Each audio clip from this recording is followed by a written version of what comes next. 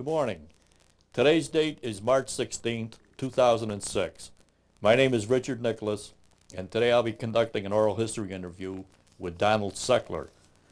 This interview will take place at the Dalton Community Cable TV studio in association with the Dalton Council on Aging.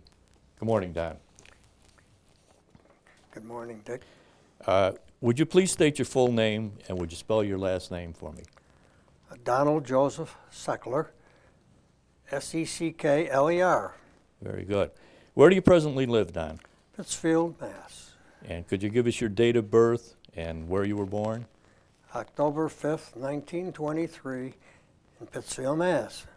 Did you grow up there and go to school there? Yes, I did. And what was life like back in Pittsfield at that time, going to school? I think it was pretty great. We were coming out of the Depression, and things were picking up pretty good, as near as I could see, you know. And what was your dad doing for a living at that time? Well, he was an engineer at the Pittsfield Coal Gas Company. And what? Powerhouse. The powerhouse. Yes. And was he a veteran too? He was a veteran of World War I. And what did he do? What did he do in the service? Well, he was what they called a Wagner, which was equivalent of being a chauffeur, because at that time not everybody had a driver's license. And this was back in the First World War. In the First World War. Did you graduate from high school, Don? Yes, I did. Yes. And when was that? In 1942.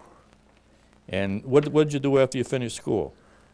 Well, I went to work. My father got me a job at the gas company, so I went there the day after I graduated, and after a couple months I wasn't too happy with working inside, so a buddy of mine asked me if I would like to go on the railroad, and he fixed it up, so I went on the signal department on the Boston and Albany Railroad. And how you worked what did you do on the railroad? What was your... Well, I was a signal helper starting in, and I was that until I entered the service. And did you enlist? Yes, I did. And what branch were you in? The Marine Corps. And how'd you end up in the Marine Corps, Don? Well, a friend of mine, a working buddy, Ted Cahill and myself were down in Springfield working on the switches down there, and all of a sudden we were looking down at the Marine Recruiting Center, and so Ted says, "What do you say we go down and join the Marines?" So we dropped our tools and went down and went into the recruiting office. And what happened then? Well, we had the test and the physical, and when we come out, they said, "Well, Seckler, you're in the Marines, and Ted, you didn't make it." So he talked you into going down there, and he didn't make it. Yeah. And how old were you at this time, Don? 19. 19 years old. Yeah. And do you remember your dates of service in the Marines? I think it was January 21 of 43 to about November 29th of 45. Okay. And did you go to boot camp right away? Oh, yes. Yeah, we went right to Parris Island. We were there, I would say 3 months or so of basic training. Mm-hmm.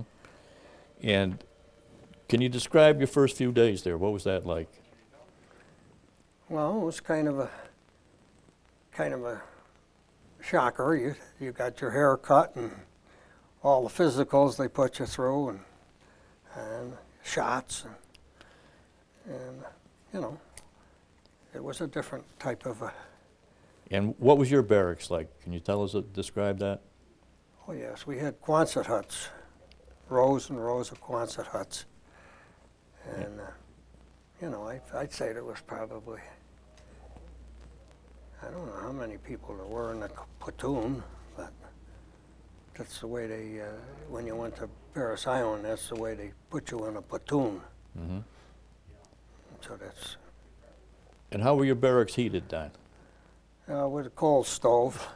Yeah, who took care of them? Well, you had to watch different ones. were pointed to watch for a couple hours a night. Was this hard to adjust to, Don, after this is probably your first time away from home? Yeah, you know, but I think I was old enough to realize that, you know, this was what you were doing Right. for your country. And can you describe just a little bit your training? What kind of training did you get there in boot camp?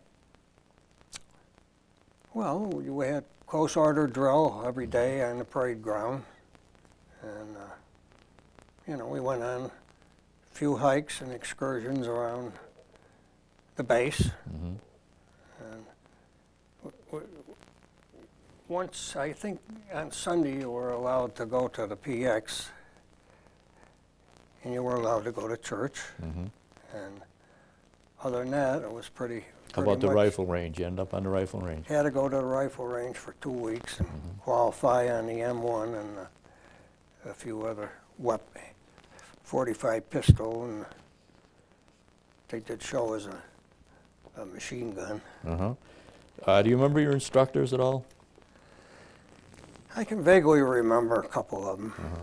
But you think the training was good? Oh, I think it was wonderful, really. You know, Now, after you graduated from boot camp, where did you go from there, Don? I believe I had a furlough. And I came home and seen everybody in my new uniform. How did that feel? Very good. How'd your dad feel about that, being an ex-serviceman himself? Oh, he was proud. I bet. Yeah. I bet. And after your leave, where did you go? I went to Quantico, Virginia, to ordnance school. And why do you think you were picked for ordnance school, Don? It was probably because of being in the signal department on the railroad that they assumed that my education there would help me out. And this was where, in Quantico, Virginia? Quantico, yes. And what type of training did you receive there, Don, at Quantico? Well, I was taught to maintain Sperry 60-inch searchlights, and the equipment that went with that was a power plant and sound locators and control station. This was before radar. Before radar went in, they used these big horns that picked up the sound. And can you describe a little bit about the searchlights? How did they work and what made them work? Well, it was a big round mirror, 5 feet in diameter, and you had two carbons on a machine, and positive and negative carbons, and where the two, they put positive and negative on one of the carbons, and where the two got together, there was an arc, and it burned, and that was the light that went up to illuminate the aircraft. And do you remember the candle power, what that would be? It was 10 million candle power. Wow. And now these were used in conjunction with what type of weapon? Oh, they had, in the battalion, they had 20 millimeter, 40 millimeter, and 90 millimeter anti-aircraft guns. So you were, that they were using in part with an anti-aircraft? Right, we illuminated the planes, and then they would fire at the planes. Now, with the sound unit, after you picked up the sound, how was the searchlight directed? Can you tell us a little bit about that? Well, there was a control station, and what would happen would be that when they pick up the sound would come back to the control station, and then the control station would then have a little motor, and that would drive the searchlight to in the same direction as the sound was. Now, when you went home, I go back a little bit. You were dating, right, when you went back home? Yes. On leave from boot camp. Oh, yes. Now, did you get married when you went to Quantico? Yeah, yes. I had brought my wife down to Quantico, and we got married in the post chapel down there. And then she and she returned back to Pittsfield. She wasn't able to stay at Quantico. No, no. And how long was ordnance school down? I'd say ordnance school was about 4 months, Okay. and we, Now, you were discharged. You were discharged as a sergeant, right? right, yeah. Did you get a promotion while you were at ordnance school? Yeah, I made PFC when I graduated from ordnance school. And after ordnance school, where were you assigned? I was assigned to Camp Lejeune, North Carolina, to teach the searchlights as an instructor. And how long were you there? No, I was there from probably September, October, November, I believe. Now, were you able to bring your wife to Lejeune? Yes, after I got a place for her to stay, I brought her down to Lejeune. And, as she was coming down, they offered me a chance to go to radar school at Camp Davis, Army camp. So I was between a rock and a hard place, and so I turned them down on the school. And what happened as a result of that? As a result of that, why, I received orders to go to California and get ready to go to the Pacific. So, what had that kind of messed up your plans living off base, right? What'd you have to do then? Well, then I had to make arrangements to pack up and get my wife back to Massachusetts. I only had about 24 hours to do that. And then you went where? Then we went to Treasure Island out in the San Francisco Bay. And did you have particular duties there? Well, we were waiting to board ship and to go to the Samoan area, and they said that they were having a problem between the black and the white sailors at Camp Shoemaker, California, which was north of San Francisco. So they wanted a Marine detachment to go up there and do a little police duty to try to straighten things out. So we went up there for, I'd say, a couple weeks. And what were your duties there? Patrol or? Just to patrol around the base, you know, and kind of be visible to the sailors. It was a CB camp. I see.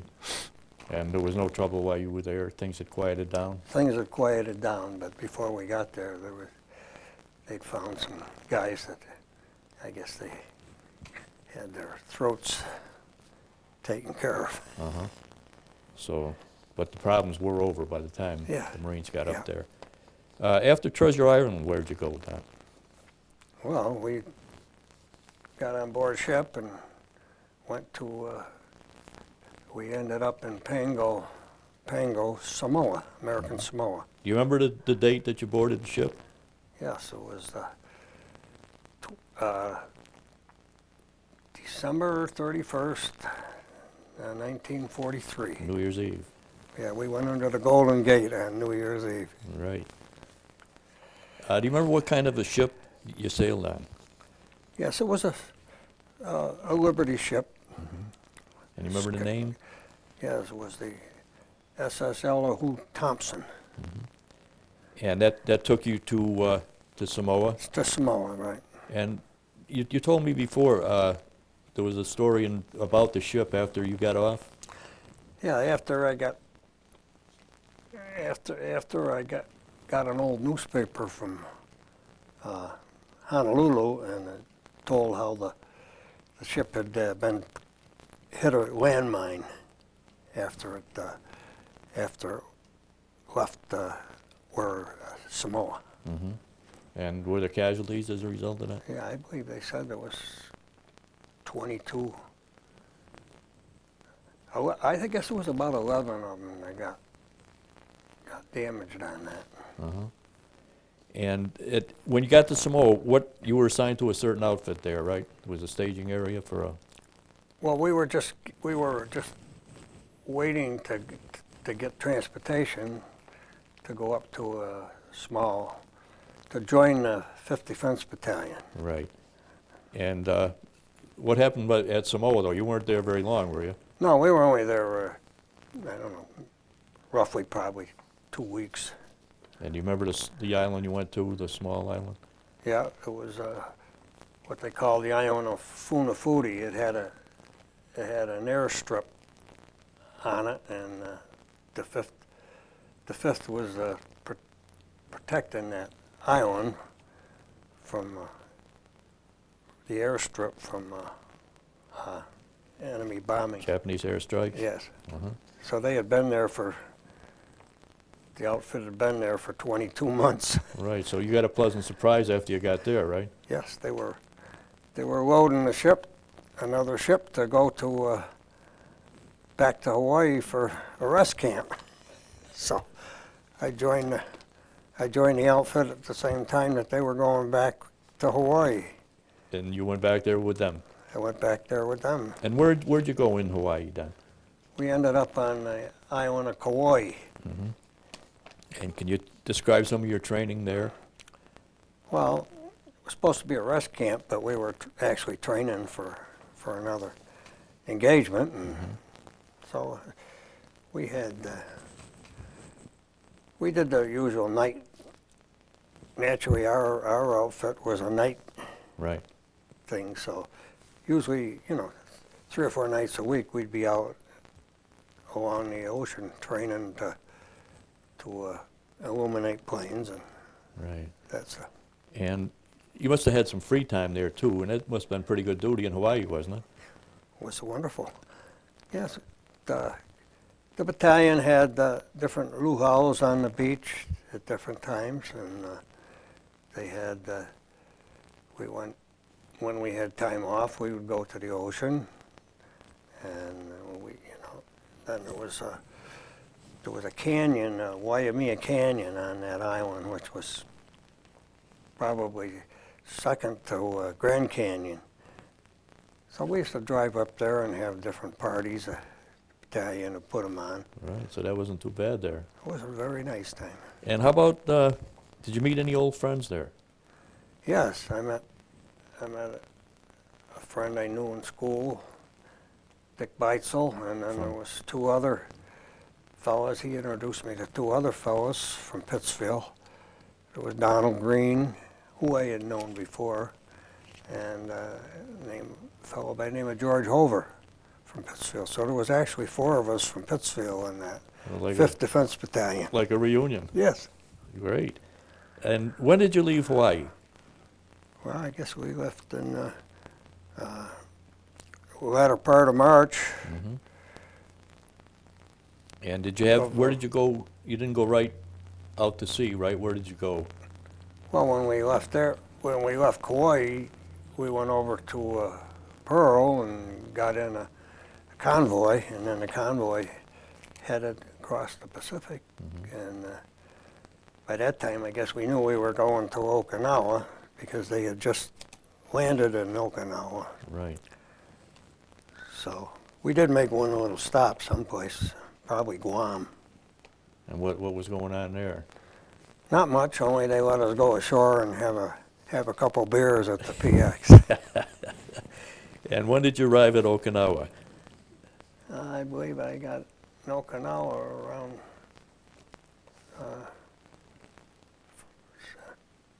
I don't know, it was sometime in April, I believe. Mm-hmm. And when your ship arrived in the bay there at Okinawa, what was that like? Can you describe that scene? Yeah, one day we were on the deck of the ship, and we were just waiting to go ashore, and all of a sudden all these anti-aircraft guns opened up in the harbor, and all you could see was the tracer bullets going up, and there was a kamikaze plane up there flying around, and they finally hit it, and it came down and landed on the front gun turret of the cruiser Birmingham. And what happened then? Which I think they said there was probably 20 sailors in the gun turret that got killed on that. Right. Well, that was quite a beginning Yeah, to Okinawa. that was our first thing to battles going on. Now, eventually you did get to shore. Can you describe your first night there? Yeah, we got to shore, and I believe we went in on a landing craft, and they said, well, you better dig in because of the bombing and so forth. So we dug foxholes, and two of us, and we put our shelter halves over the foxhole and crawled in to go to sleep that night. And we had one of those tropical rains. The foxhole filled up with water, and so we didn't stay in there very long. Right. And what type of an area were you assigned in? Do you remember? Well, we were, I don't know, it was different. I was in the headquarters company of the battalion, and they had these lights, 6 lights set up around different perimeters in the place. And my job was to maintain these lights and keep them operating, Right, and the equipment that went with the lights. And they were used just about every night, weren't they? Yes, yeah, they had bombing raids all the time. Now, how about on Okinawa? Did you have any free time? No, I don't Not believe too I much? had any free time. But You don't remember any of your friends? We talked a little bit about making a little beverage there. oh yes, yes, one of the locations that I had to go out and maintain, when I'd get there, the boys would take me down to a little spot where they had made what they called kickaboo juice out of fermented cherries from the mess hall, and we'd have a couple of little glasses of that because there was nothing else Right. there. That made it a little easier, huh? Oh yes, much better. You mentioned before 20 caliber or millimeter and 40 and 90s. Yes. This is can you explain how that was set up in your area?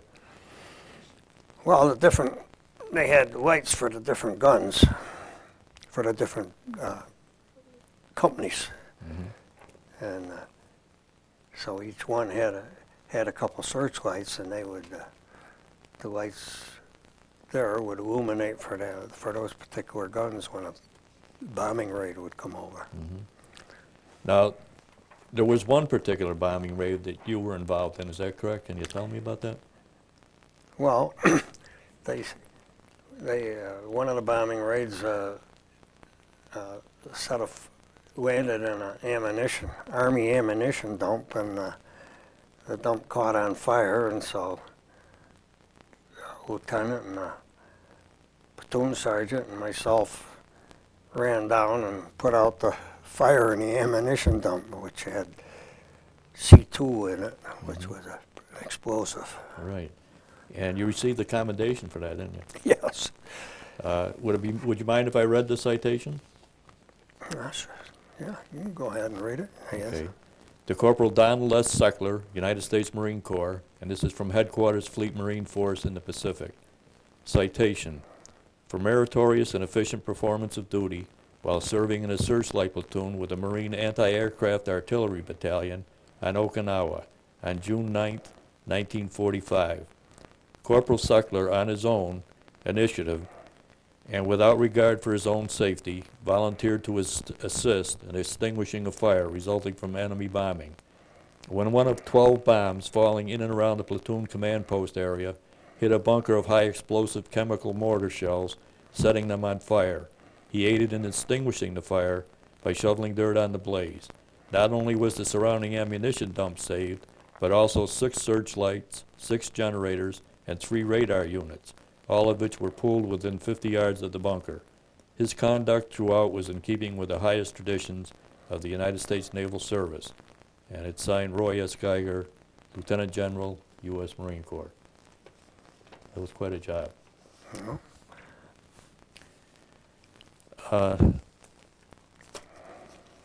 Did you receive another promotion there while you were on Okinawa? Yes, I made sergeant there. And, Was that a result of the commendation? I didn't ask you that before, but oh, I imagine it was. I can't tell for sure, They just send out a letter and say that you were promoted to sergeant. And But it was soon after that, was it? yeah, I believe so. Yes, it was right around that area at the same time. Now we're getting near the end of the war now. After Japan surrendered, how about celebrations on Okinawa? Oh, well, VJ Day, they had a big celebration, and we had, some of our guys had, in the tent had gotten hold of a bottle of scotch that they swapped for some green Marine T-shirts from the Air Force. Those boys. T-shirts were the rage at that time. Oh, yes, yes. Now, how about injuries as a result? You know, during the celebration was. Well, one of our fellows was packing his sea bag. He was going to go home the next day, and he with the wildfire from all the rifles going off, he got hit with a rifle shot and was dead. Did that kind of quieted things down then? I would think a little bit. Yeah, huh? right around our area did. And what was the weather like this time of year in Okinawa? Well, it was it was getting towards the rainy season, and so they ended up. They had when we were getting ready to go home. Some of the people were going to go to Japan, and if you had enough points, you were going to go back to the States. So we were breaking up the camp, and we used to have strong backs on the back of the tents. And what is a strong back then? Well, it was a 2x4 set up to hold the canvas open from the tents so it wouldn't droop. So we took the strong backs off, and we were just waiting in the tents there for our ship to go out when the typhoon hit, and it blew all the tents down in the middle of the storm. So what'd you do then?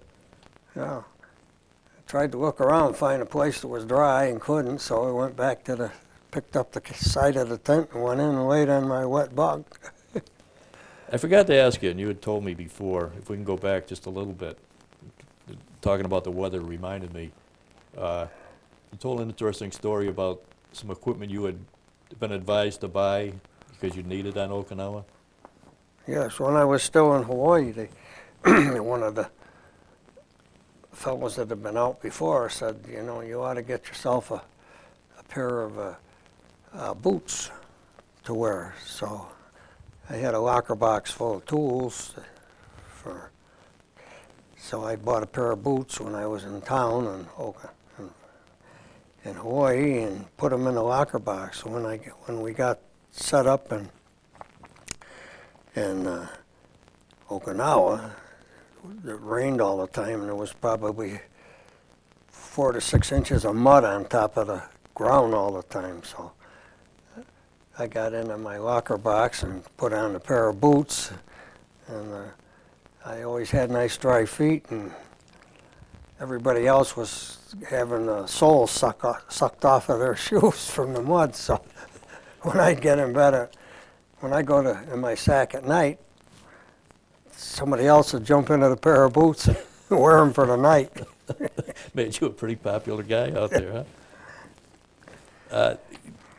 At the end of the war now, did you get a chance to see many of the Okinawan people?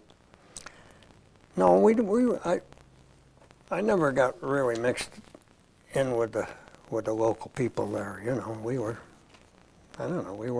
out in the boondocks more, and I don't know. We never bothered with the people. Stayed pretty much to our own base, you know. Okay, and now after your tour of duty on Okinawa, where did you go? Well, we came into San Diego, and they had a band on the dock as the boat come in. They were playing California, Here I Come. And then they sent us to Camp Pendleton to a Marine base to get our uniforms and, you know, get everything cleaned up so we'd be fit to go back and And out you with weren't civilians. Yeah, you weren't there very long at Pendleton? No, I don't think so. Probably 4 or 5 days, and then we were shipped to Bainbridge, Maryland for separation. Hmm. And this would have been in November of... No, yeah, November of 45. Mhm. And then, did you go right back home from there? Yeah, when I got separated from Bainbridge, I came back to Pittsfield, Mass. Hmm. And how'd that feel, being home? That was pretty great. And you'd been, You know. how long had you been away, Don, without being home? I believe it was 22 months. A long time. Well, it was from November of, actually from the time I left the Camp Lejeune until the time I got back to, it was from November of 43 to November of 45. Hmm. So almost 2 years. Yeah. Long time. Did you go back to work right away? Yeah, I went back to work about a week after I got home And this was where? on the railroad. I had my job. Hmm. I had a job waiting for me. Right. And did you stick with that job? Yeah, I stuck with it for 42 years. So it agreed with you. Yeah, Did you raise a family in Pittsfield, Don? I did. My wife and I had a son, Patrick, and a daughter, Donna. And what are they doing now? Patrick is a pharmacist in Berkshire Medical Center. He's been there for 30-some years now. He's a lead pharmacist. And my daughter, Donna, is she works in East Hampton. She's takes care of elderly people. So they both did well. They both did well. Very Yep. good. Patrick has 3 children. Donna has a son. Very nice. Yep. Now, were you able to keep in touch with your buddies from the service? Oh in that yes, time? we got together. The hometown boys, we kept together, and I had a couple that were in my outfit. One lived in Lowell, and another one lived up in Ellsworth Falls, Maine. Mhm. And we always kept together, seeing each other off and on. Always corresponded at Christmas time. Great.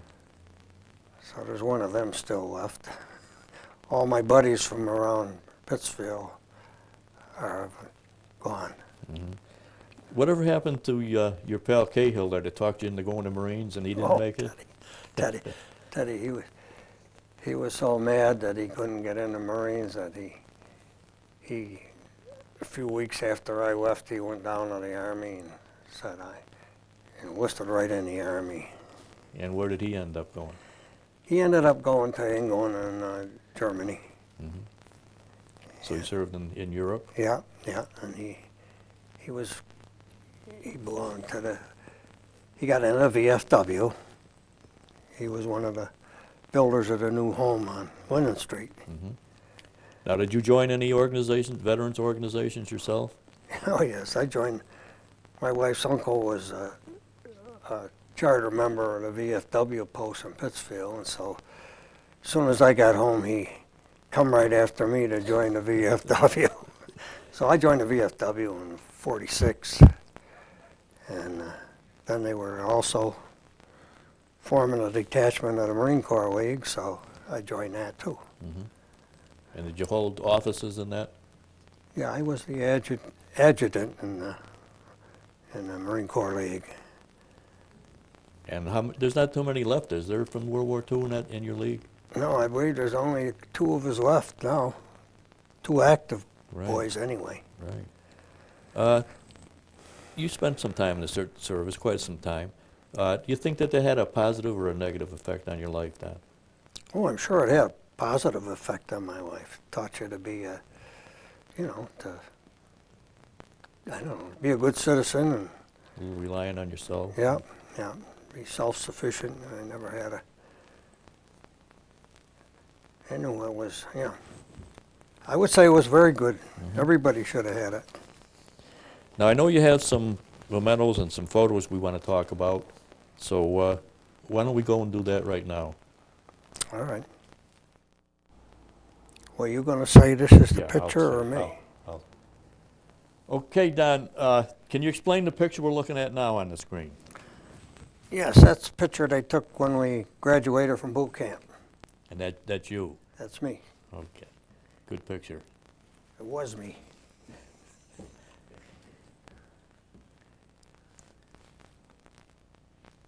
All right, now could you explain what we're looking at? That's the discharge my father had in World War I. And above it are his dog tags that he had in World War I. Up here, That's your dad's. that's my dad. That's great. And over here? That's my discharge from Marine Corps.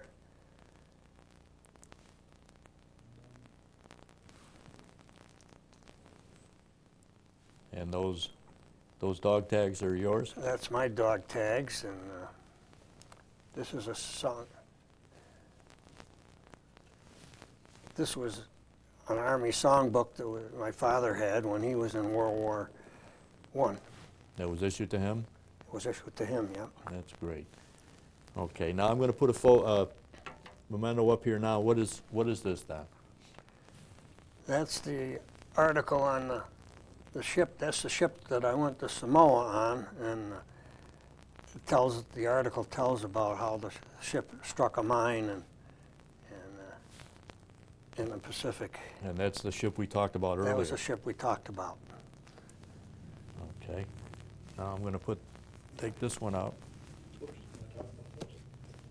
The deep. Oh, I'm sorry. Yes. That was when we crossed the equator on the Thompson ship. And there was this is the ship that we went to Okinawa on when we crossed the international date line.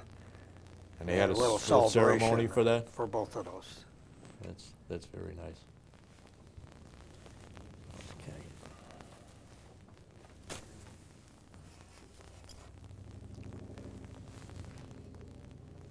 And what do we have here, Don? That's the power plant for the searchlights and the sound locators, the generator and so forth, where they got the voltage. And this is the equipment that you had to maintain? That's the stuff that I went to school for, yes. And how about this one, Don? That's the sound locator that they used to use before radar come in. And this would pick up the sound of a plane? Right. Yeah, they were strong mics.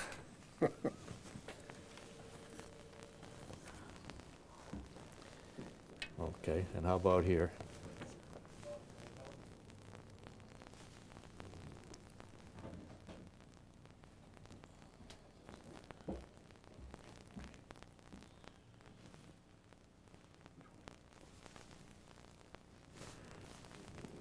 That's me standing by one of the searchlights down at Camp Lejeune when I was instructing down there. Same way in here, that's another picture of the searchlights. Okay.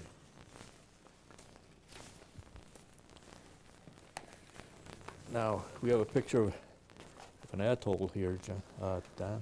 Yeah, that's the airstrip on the island of Funafuti where where the 5th Defense Battalion was stationed for 22 months.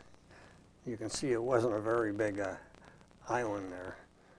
And that's where you joined the group? That's where I joined the 5th Defense Artillery Battalion, anti-aircraft. Mm-hmm. And now,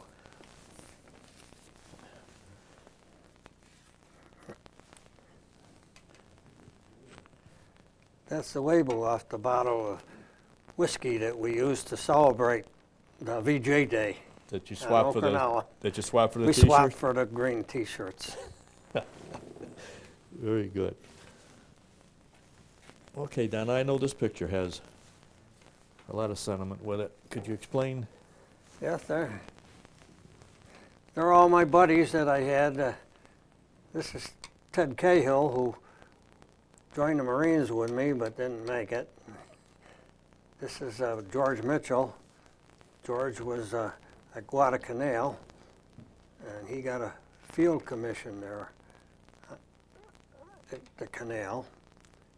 And this is Bob Dobson. Bob followed me into the Marine Corps, and he's seen fighting. And then this is another buddy of mine, Franny Scott. He's the one that got me on the railroad. And this is his brother-in-law, Ken Hogue. And where are you, Don? We're at my home on Burton Street, after the first home we bought after I got back home and then out of the service. And this was a little housewarming that they had for us. And could you point out you and your wife for me? Yeah. This is my wife here, and this is myself. Well, that's very nice. Yeah. Very nice. Don, I want to thank you so much for taking the time to come out here today and share your experiences with us. And I want to thank you for your sacrifice and for the service you gave to our country. Thank you, Don. Okay. Thank you, Dick.